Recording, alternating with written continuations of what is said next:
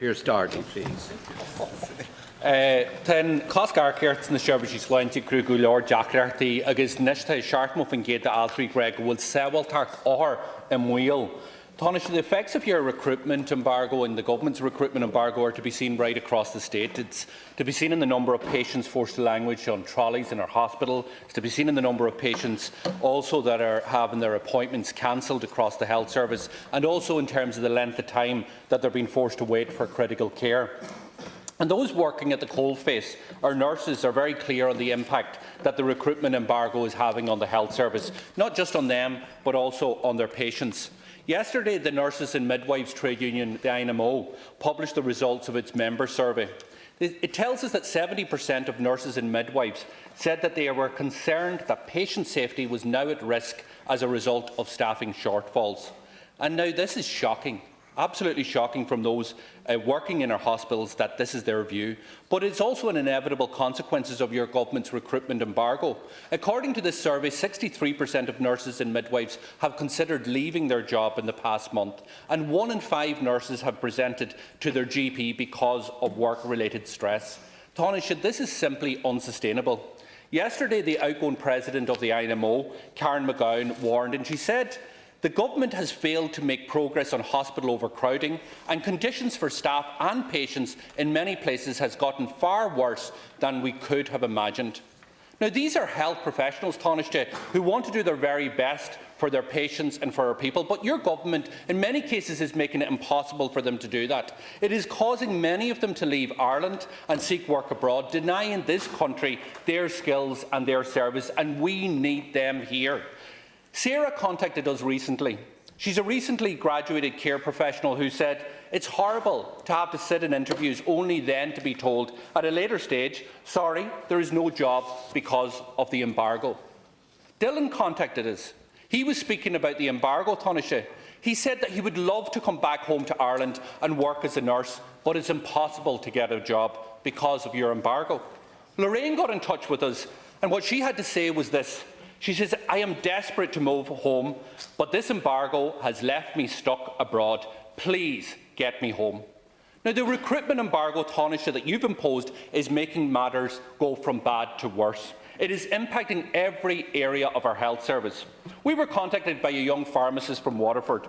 She applied for a job last year and she was so enthusiastic about this job. But she's now been told that her interview will not be progressed because of your recruitment embargo. In her own words, she said that she's been left in limbo. We're contacted by another speech and language therapist who was offered a dream job last year, and everyone in this House knows that if we need one thing, it's more speech and language therapists. Offered a dream job last year. She's working through an agency while waiting for the contract to come through for the HSE, but now she's told that the job that was offered to her has been withdrawn as a result of the recruitment embargo. Taoiseach, under your recruitment embargo, job offers in our health services were instructed to be withdrawn. That is the fact. It is patients and staff who are suffering as a result of this. It is trained professional health service staff who want to come home that are now being locked out of that opportunity because of this. Taoiseach, it is now the month of May, and your government still hasn't approved the workforce plan for our health service this year. 5 months into this year, and you still haven't approved the workforce plan. So can I ask you, when is your government going to get its act together? When is it going to approve the workforce plan for our health service for 2024? And will you lift the recruitment embargo that is so badly damaging our health service and locking so many of our trained health professionals out of a potential to work in our health service, to roll up their sleeves and to care for the people that they're trained to care for? Well, first of all, ní an team go homlán leis an tachta agus ní dónam go an méid atá ráite go crín mar le an médíní atá ag obair sna seirfí sláinte go háire an méid ballan trí atá ag dul an arda. I mean, sé fine sin scéal go bhfuil a bhad níos mó daoine ag obair níos sna seirfí ná mar a bhí an orig agus an bhí an ribh sin. Could I say, Deputy, that in the first instance, and I'll deal with the so-called embargo that has been touted about the place, because we have now 9,614 more nurses and midwives working in our health service than we did in December 2019.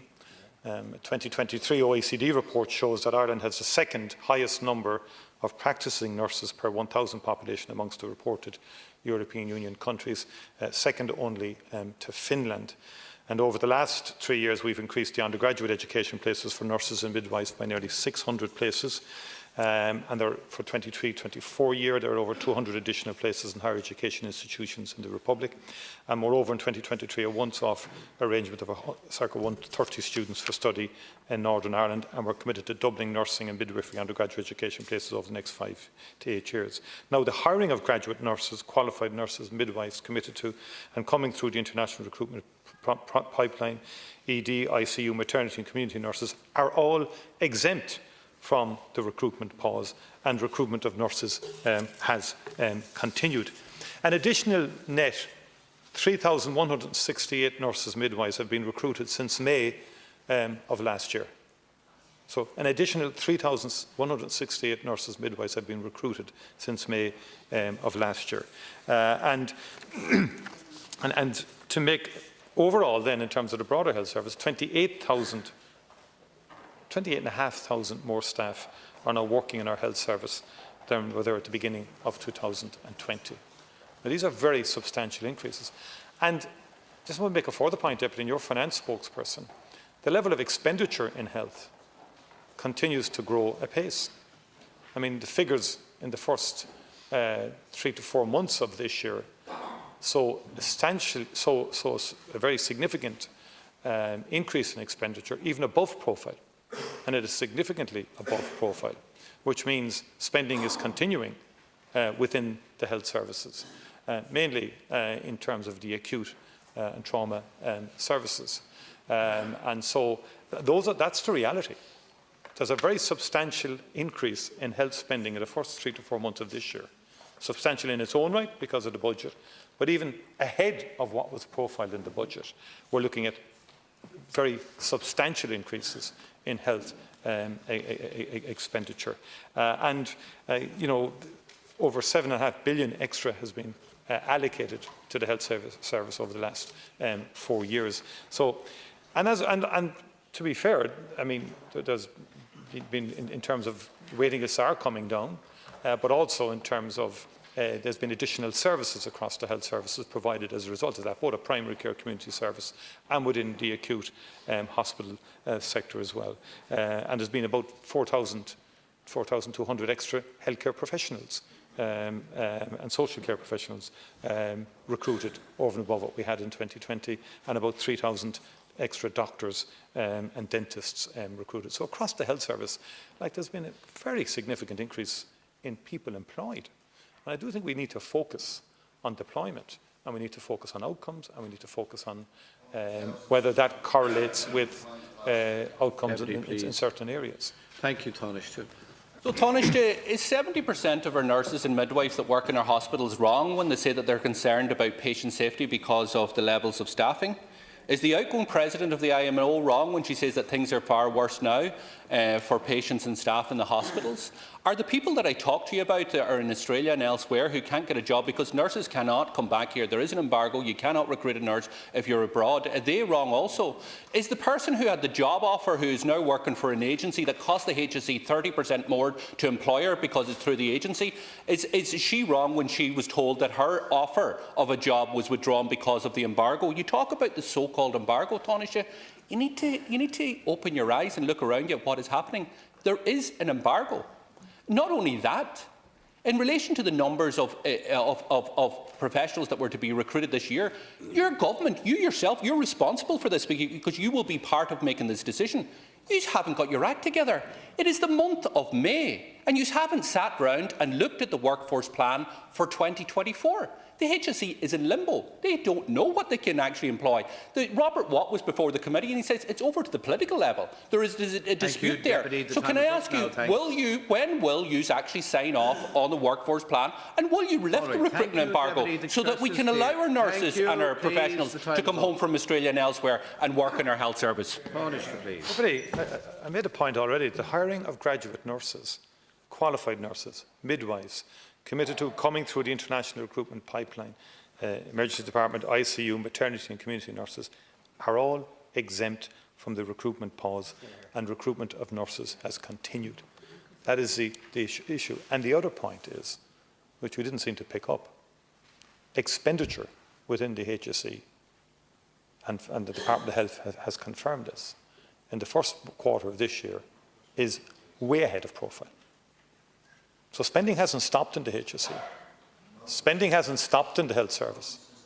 And what I would say to you as a finance spokesman and others, because there needs to be an evaluation of all of this too.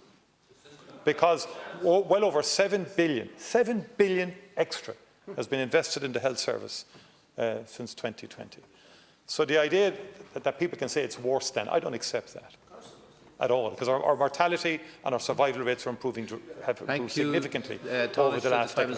There is, without question, room for improvement. Significant improvement in certain areas, certain locations, and there does need to be very rigorous examination of certain sites as to how people are deployed and outcomes and optimal outcomes and so on. And quality, and the quality of what's provided. We're way over time. Thank you. We go to Deputy Cian O'Callaghan now, please.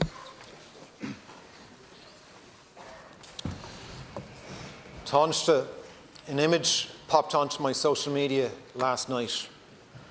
It showed 2 boys in Rafah, their tiny bodies crushed under mountains of debris, the latest victims of Israel's atrocities in Gaza. The world will probably never know their names. We won't know how many siblings they had, what their favourite hobby was, what they wanted to be when they grow up, how scared they were for the past 7 months, how many horrors they endured, how many friends and family members they watched die, how many times they and their families had been displaced before they ended up in Rafah, desperately seeking safety, before a missile strike on the building they were staying in ended their short lives. Those boys are just 2 of the more than 14,000 children who've been killed in Gaza. Nearly 35,000 people now have been killed in Gaza, the vast majority civilians. Tánaiste, Israel is slaughtering people in their tens of thousands, and still the world sits idly by. Entirely absent from implementing any sanctions or even threat of sanctions has been the European Union. From the outset, the EU has not just acquiesced to the carnage, it has been complicit. There is yet to be a joint statement from EU leaders in which Israel's barbarism is even mildly criticised. Tánaiste, I acknowledge and welcome that Ireland and a minority of other EU member states have been calling for action. But it is now 3 months since the former Taoiseach and the Spanish Prime Minister wrote to the European Commission President Ursula von der Leyen to request an urgent review of the EU-Israel trade deal. As far as we know, von der Leyen has not even bothered to reply to that letter, never mind review or suspend the deal. Tánaiste, the Social Democrats welcome plans to recognise the state of Palestine later this month. But when is the EU going to live up to its professed values and act to stop a genocide? My questions are, has the European Commission ignored your request to review the EU-Israel trade deal? If so, what are you going to do about it? The next European Council meeting is not scheduled until the end of June. Will you call for an emergency European Council meeting and put sanctions on Israel firmly on the agenda? And finally, will the government enact the Occupied Territories Bill, a bill which Fianna Fáil supported when you were in opposition? Thank you, Deputy O'Callaghan. Tánaiste. First of all, I agree with the Deputy that the death toll and the horrors that are happening in Gaza are quite shocking. Death toll is now in excess of 34,000. Over 1.9 million people have been displaced. And of course, we have thousands and thousands of people badly injured as a result. And when I was recently at Rafah, the point made to me by UN representatives was the degree of psychosocial trauma that the entire population has been subjected to, and particularly to children. There are 17,000 unaccompanied minors in Gaza right now, 17,000 children unaccompanied. and without parents and so forth, and the trauma they're going through, and they're being helped by people who also are going through enormous trauma. We've 1.5 million people sheltering in Rafah, and any operation there will be catastrophic. When I visited Rafah, we saw CT scanners that were denied access, which were being donated. A lot of other hospital equipment being denied access by the Israeli authorities on the grounds of dual use, allegedly. A green sleeping bag, denied because it could be used as camouflage. A children's education pack, denied because it includes small scissors. Croissants with chocolate, orange juice, considered luxury items. It is unbelievable what has been denied to the people and the Palestinians within Gaza by the Israeli authorities, given the enormity of the starvation and hunger that people are experiencing. So I'm clear that the people of Gaza are being collectively punished. There's no other explanation for what is going on.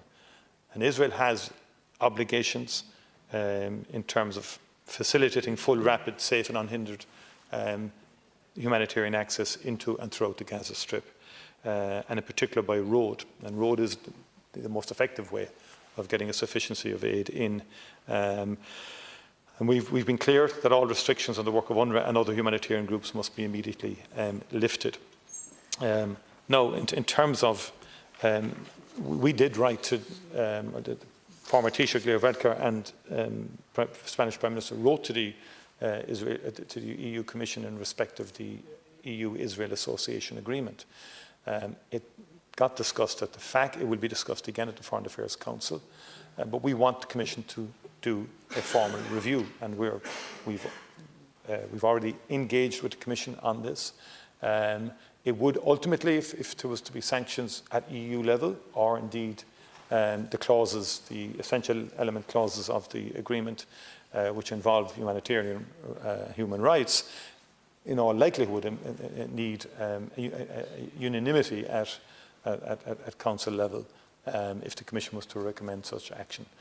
So we're under no illusions, given the composition of the European Union, given the different perspectives of different EU member states on this question, that this is a challenging road, but nonetheless, we were correct in taking the first step, and we're going to continue to pursue it. Deputy O'Callaghan. I'll come back to you. Tánaiste, we agree with you, we need action because the situation is so appalling. One of the images I saw yesterday was a small child who's lost their parents looking after a toddler and a baby. These are appalling situations. People are being massacred in Gaza. Children with hopes and dreams for the future are being left buried under rubble. So we need action on this as quickly as possible and urgently. So will you call for an emergency meeting of the European Council? Will the Irish government call for that and look for sanctions against Israel to be on the agenda? Will you do that urgently? And in terms of the Occupied Territories Bill, which you supported in opposition, will the government now support the enactment of that bill? Thank you, Deputy Tánaiste. The immediate priority right now is, and again, look, I accept what you're saying. Look, war crimes have been committed. I'm in no doubt about that. And what's happening is a shocking humanitarian catastrophe. The most immediate priority is Friday. The UN General Assembly will consider the question of admitting Palestine to the United Nations and to enjoy the rights and the full gamut of what's available as a member of the United Nations. I think that vote is an important vote. The scale of that vote is an important vote, we're supporting it, we're co-sponsoring it, with a view to ensuring as large a number of people as possible to support Palestinian membership. And I think that would give further impetus and international urgency, and also then to the question of recognition of a Palestinian state. And I think that vote on Friday is important in that respect. On the Occupied Territories Bill, the advice is clear. We have no legal jurisdiction in terms of that it's a EU legal competency. That's the legal advice from successive Attorney Generals now at this stage.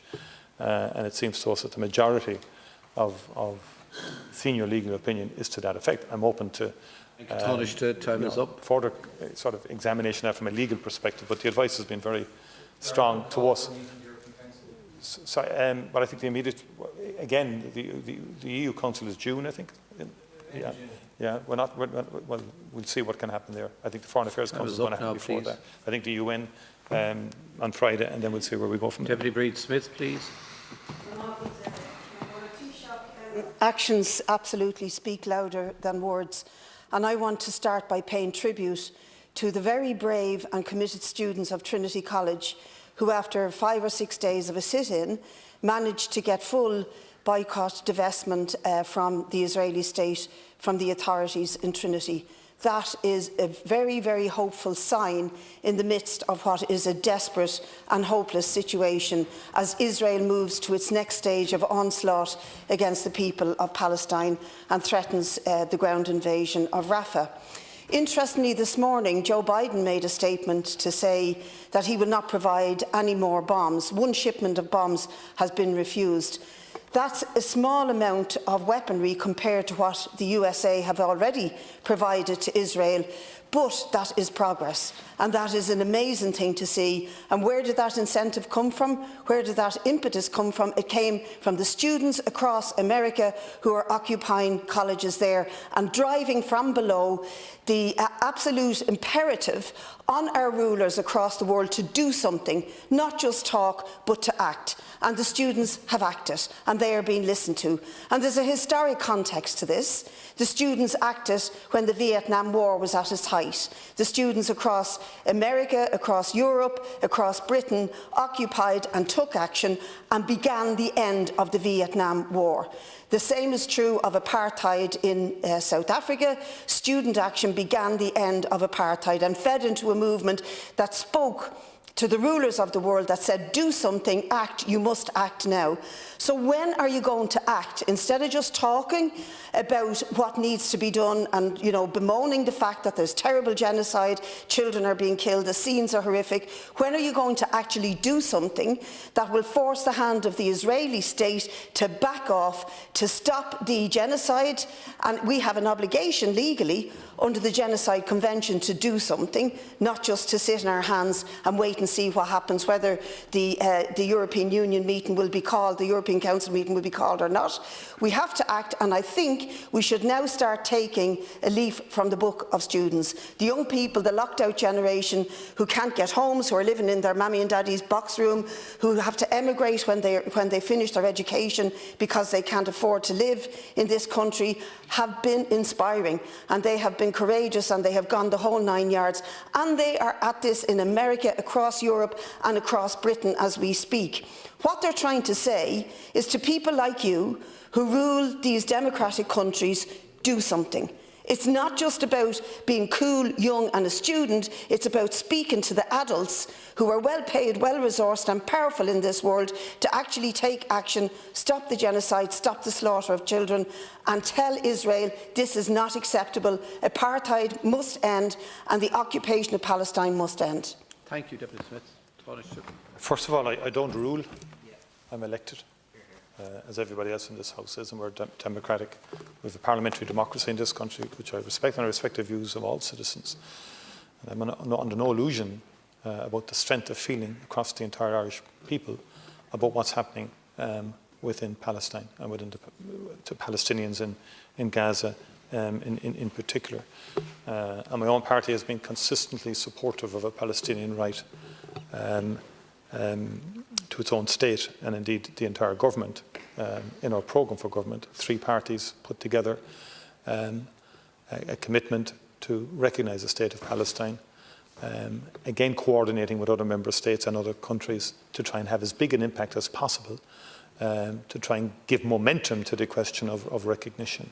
And we have been very active. It's not just words.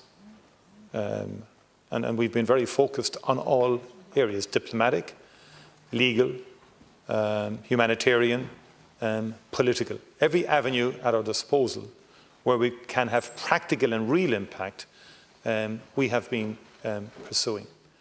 On the humanitarian, I believe Ireland stood up, probably one of the first, if not the only one, first to stand up and say stop the attempts to undermine UNRWA, stop pulling back funding from UNRWA, and I think we've been effective on that front. And that's acknowledged by UNRWA and by others, that because Ireland stood up and sort of said, OK, it's not just words, it's action. And on the legal front, we've already one of the few countries to make an oral submission to the ICJ case on the advisory opinion from the UN, and the Attorney General made what I thought was a substantive contribution to the court, following on a very substantive written legal submission that we'd made back, I think, in July of either 2023, I think, if I can stand corrected. So we've been consistent in these issues even before this terrible war started. We've worked hard to secure the safe passage of many Irish citizens out of Gaza, and that's been effective. Over 100 now are out of Gaza. We've made it clear we're going to legally intervene in the International Court of Justice on the case initiated by South Africa. But that's going to take time, and I'm not saying that in itself, but it does speak to the issue of accountability. Israel has to be held accountable for what it has done through the international court system. And we do have to advocate with other countries to win other countries over to our position. And I think we've been affected at, given where we started, Ireland would have been considered outliers within the European Union, actually, on this question, in terms of the positions we have consistently adopted. But actually, I think a majority now within the EU are very much in line with our position in terms of an immediate ceasefire, in terms of release of hostages, and in terms of a political process to resolve this on a more sustainable basis. Smith. Well, Taoiseach, I have not denied that you have said a lot, and that you've said a lot diplomatically, legally, and about humanitarian criticism on stopping the aid to UNRWA. You've said a lot. What I'm asking you is, what are you going to do? And the question of deed is what's at the heart of my argument here. See, I was a young shop steward when the Dunnes Stores strike against apartheid happened. I knew Karen Gearan and Mary Manning very well. For 3 years, they stayed on the picket line in Henry Street, and after 3 years, the government in this House brought in legislation to ban the importation of South African fruit and vegetables. But it was 3 years of a struggle by ordinary, decent young workers. And now we're seeing the struggle by ordinary, decent young students to try and get people like you, the rulers of the world, and I'm calling you ruler. I understand you're an elected ruler, but you have much more power than I have. If it was within my power, the Israeli ambassador would have been put out of here long ago, and you could do it, and this government could do it, but you're refusing to do it. I love your talk, but we need action. Children are dying as we speak, dying of famine. Places are being bombed as we speak, and we face the potential of an absolute catastrophe in Rafah. We face that potential still, even after Joe Biden saying, I'll refuse to send one shipment of bombs to Israel, following all the other stuff I've sent. You need to act. And act means sanctions. And sanctions can be anything from refusing their services, ending the contract with HP that we have in this House with Hewlett-Packard, expelling the Israeli ambassador. Take action, like the students have done in the States and in Trinity, and they have made a difference. Taoiseach, please. But Deputy, we have taken action. And you're being very disingenuous. We have taken action as a country. We've taken action long before this war and throughout this war. We were one of the first again to support the NGOs that Israel had, in our view, wrongly labelled as being supporters of terrorism. We continued our support for those NGOs, who were human rights organisations, with finance and with support, and we've met them. And I've already instanced the UNRWA situation and wider supports that we give to the Palestinian state in terms of support of education and support of healthcare. That's action, Deputy. That's not words. That's action. Practical action. You speak a lot. Not working. No one speaks you more. You need to do more. You speak a lot as well. So you need to do more. I'm not just about talk. I'm about action, practical action, and the hard yards of trying to persuade people.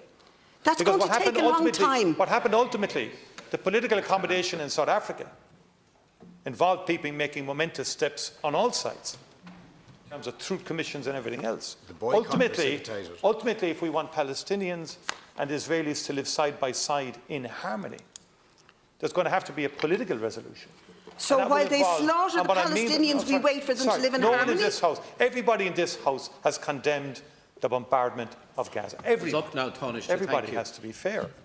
But what I'm trying to say is that what's essential ultimately, there's no other way. It's like what happened in Northern Ireland. Okay, can 30 we years people were conclude, bombing please? and naming each other. The People are time now is living up. together in Time is harmony up, please. and in peace. That ultimately has to happen in the Middle East. Otherwise, there will not be sustainable peace there. If We have to work Palestinians at are that, still and alive, that's hard work. if Palestinians are not expelled and dead, Deputy, if you want to have a conversation I don't want with a the conversation. Taoiseach, have it with him outside. We've I set don't want a time conversation with for him. questions here, and we have to have some regard for the rules, please. Deputy Denis Naughten.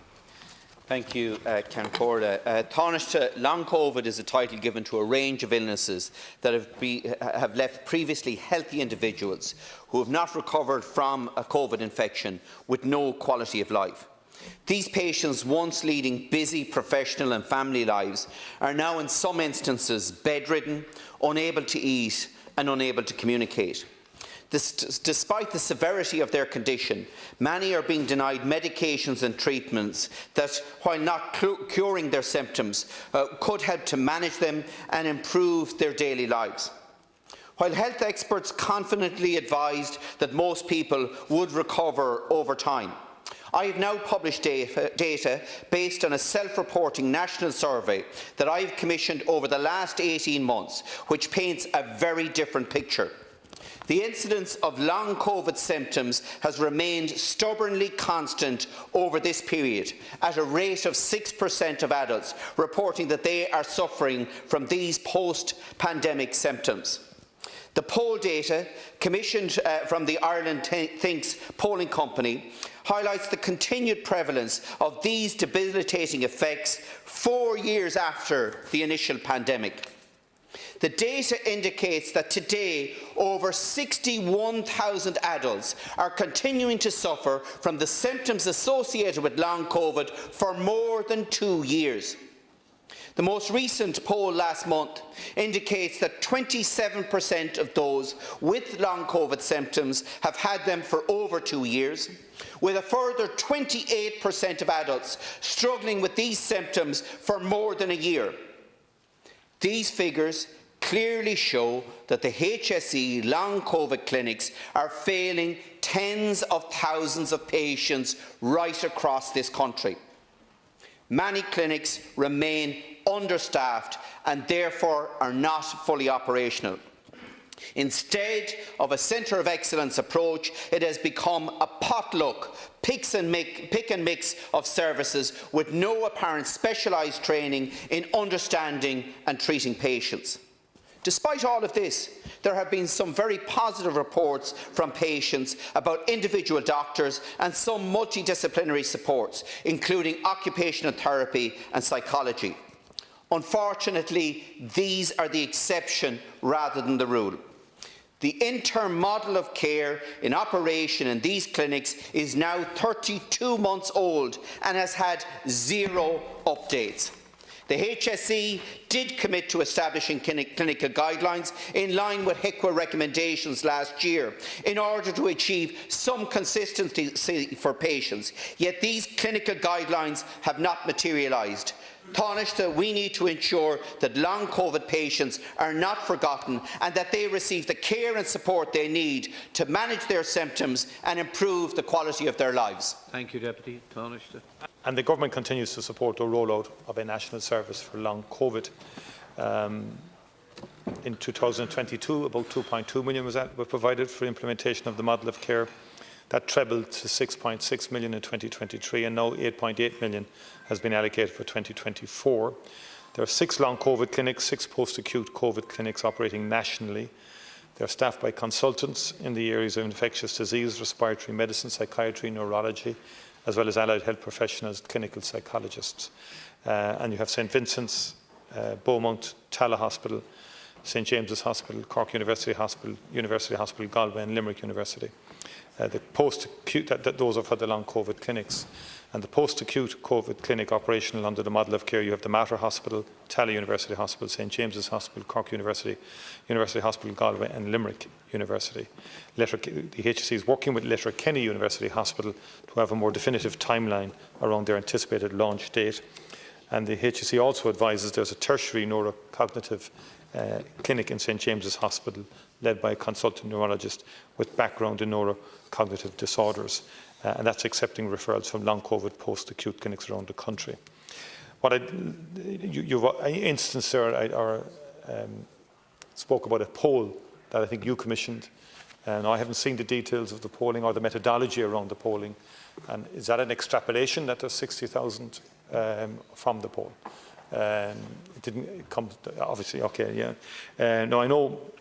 And there's the issue then of how do we develop effective therapeutic treatments for our options for patients suffering from long COVID.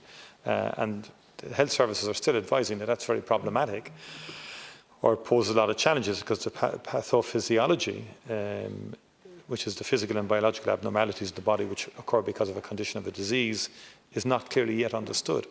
And also no evidence-based treatment options exist at present for long COVID, resulting in the use of a symptom management approach, which mainly includes medical assessment referral to the appropriate specialist. Now, the HECRA review, as you said, was commissioned and the results were published in December of 2022. And I think monitoring of international data and research continues, but the HSE has engaged is undertaking an epidemiological survey, FADA, and that was launched on March of last year, with results due later this year. Now, that survey will perhaps provide an up-to-date, accurate insight into the prevalence of long COVID in the Irish population and risk factors for developing long COVID and inform service development. The HSE is engaging with GP representatives and patient groups, including Long COVID Ireland, a patient advocacy group on service development. And then in respect of children, the diagnosis and care is provided by GPs and existing referral pathways within paediatric services. And that again, the evolving evidence again has been monitored by the HSE in respect of long COVID in children. And so the challenges, it seems to me, are first of all to try and understand the impact of this disease. We're way over time. And utilise existing research more effectively and more quickly perhaps in terms of treatment options, but also more comprehensive service for patients with long COVID. Deputy Naughten. The poll results also raise another issue of concern. It indicates that those aged between 55 and 64 are twice as likely as any other age group to state they've been managing the symptoms of long COVID for more than 2 years. This needs to be investigated further, Taoiseach. And despite requests by patients involvement and feedback into the existing clinics, this hasn't happened, resulting in clinics failing to meet the needs of those with long COVID symptoms. And Taoiseach, this is clearly reflected in those poll numbers that I've published. Taoiseach, I'm calling on the Government to work in tandem with the HSE, with patients and frontline clinicians to expedite the delivery of a national action plan on long COVID, to include a revised model of care for patients, allocating funding to enable specialist clinics to become fully operational and to recruit specialist clinicians across the health service. Thank you, Deputy.